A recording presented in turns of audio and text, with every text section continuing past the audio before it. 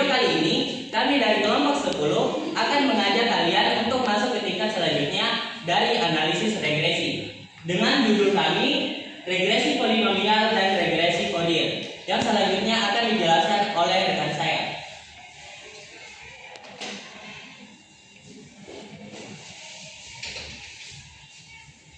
Baik, langsung saja di sini yang pertama yaitu latar belakang. Di sini termuat yaitu dalam rekayasa dan sains. Data eksperimen sering berbentuk data diskret dan mengandung noise. Yang kedua yaitu dibutuhkan metode untuk menemukan fungsi yang dapat mempresentasikan pola data secara optimal. Yang ketiga yaitu regresi polinomial digunakan untuk data dengan tren non linear. Yang keempat yaitu regresi polinomial digunakan untuk data yang memiliki pola periodik atau berulang. Yang terakhir yaitu kedua metode menggunakan prinsip least squares atau metode kuadrat terkecil, yaitu untuk meminimalkan jarak. Kemudian lanjut ke manfaatnya. Adapun tujuan dan manfaat, tujuannya yaitu yang pertama dapat menjelaskan konsep regresi polinomial, yang kedua menjelaskan konsep regresi Fourier, yang ketiga memahami analisis jalan model dan menggabungkan kedua metode. Adapun manfaatnya yaitu memahami aproksimasi data numerik, menjadi dasar analisis data teknik dan pertambangan, dan membantu pemodelan data eksperimen. Baik, saya kurangkan yang berkata. Selanjutnya, kami akan membahas kembali penjelasan dari regresi polinomial dan regresi Fourier. Kepada rekan saya persilakan.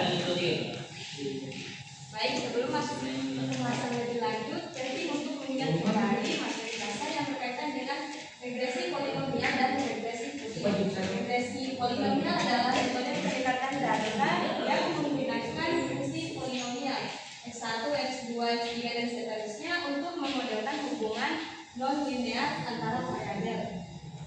Metode ini cocok digunakan ketika data menunjukkan tren yang berubah secara bertahap dan tidak membentuk garis lurus. Selanjutnya, regresi Fourier adalah metode pendekatan data yang menggunakan kombinasi fungsi sinus dan kosinus untuk merepresentasikan pola data yang bersifat periodik atau berulang. Kedua metode sama-sama bertujuan mencari model terbaik melalui metode kuadrat terkecil atau least squares, yaitu dengan meminimalkan selisih antara data aktual dan hasil prediksi model.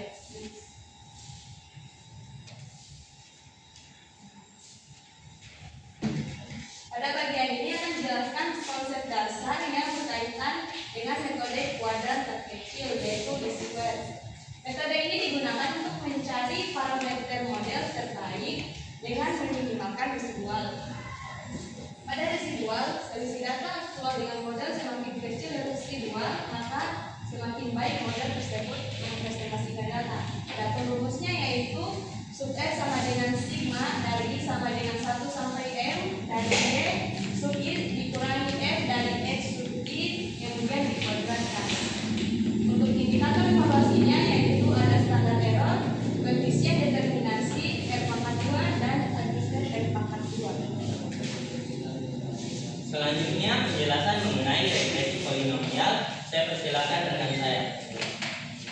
Baik, seperti yang kita ketahui tadi, regresi polinomial merupakan regresi yang digunakan untuk memodelkan hubungan antara variabel x dengan variabel xl yang tidak linear atau melengkung.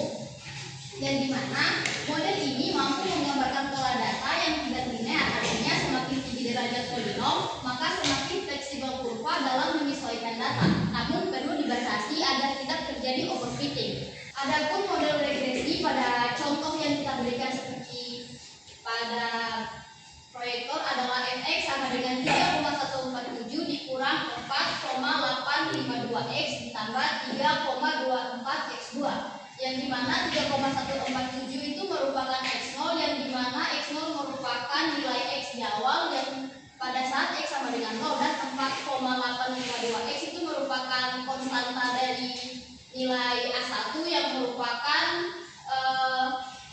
linear, yang merupakan hubungan linear x, dan 3,24x kuadrat itu merupakan konstanta dari bilangan kuadratik. Hasil evaluasi menunjukkan nilai x semakin tinggi nilai x maka kurva y akan mengikut, yang dimana hasil evaluasi ditunjukkan pada SR sama dengan 4,328 dan R kuadrat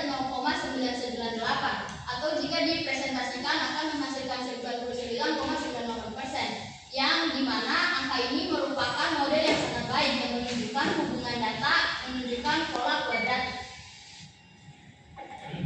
Selanjutnya penjelasan mengenai regresi Fourier yang akan dijelaskan oleh rekan saya berikut ini.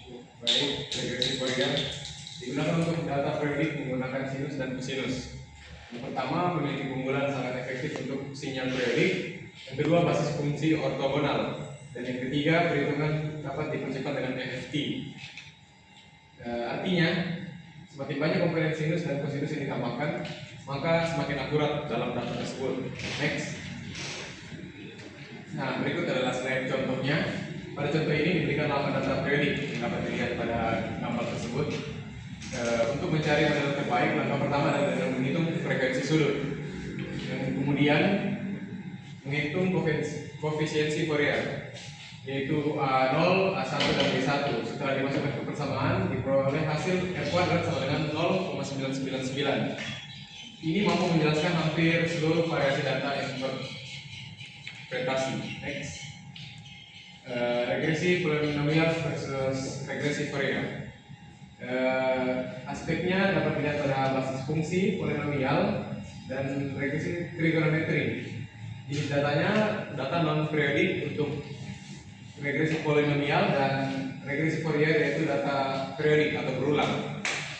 Contoh pengaplikasiannya, regresi polinomial itu dapat diaplikasikan dalam kalibrasi sensor, aerodinamika, sedangkan regresi Fourier dapat digunakan untuk analisis dan sinyal gerakan. Sekian. Kemudian kita akan membahas tentang peran regresi polinomial di pertambangan. Yang pertama adalah analisis estimasi kadar biji, kemudian analisis produksi tambang, di mana kita dapat menganalisis jumlah produksi yang didapat pada waktu tertentu, serta kalibrasi alat ukur tambang, serta hubungan tegangan dan pergerakan batuan yang dapat digunakan untuk analisis geoteknik. Kemudian peran regresi Fourier di pertambangan. Yang pertama adalah analisis getaran hasil peledakan. Yang kedua adalah analisis getaran pada alat berat, kemudian analisis gelombang seismik, dan kemudian dapat digunakan untuk menganalisis data musiman dalam lingkungan pertambangan.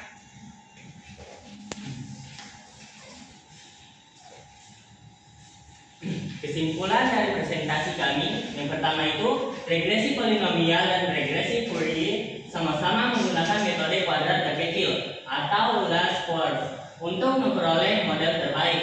Yang kedua itu regresi polinomial menggunakan fungsi polinomial dan cocok untuk memodelkan data non periodik. Yang ketiga regresi Fourier menggunakan kombinasi fungsi sinus dan kosinus sehingga sangat cocok untuk data periodik. Yang keempat, evaluasi model dilakukan menggunakan R kuadrat, adjust R kuadrat, dan analisis galat untuk memastikan akurasi model. Dan yang terakhir itu, pemilihan metode harus disesuaikan dengan karakteristik data agar hasil pemodelan lebih optimal.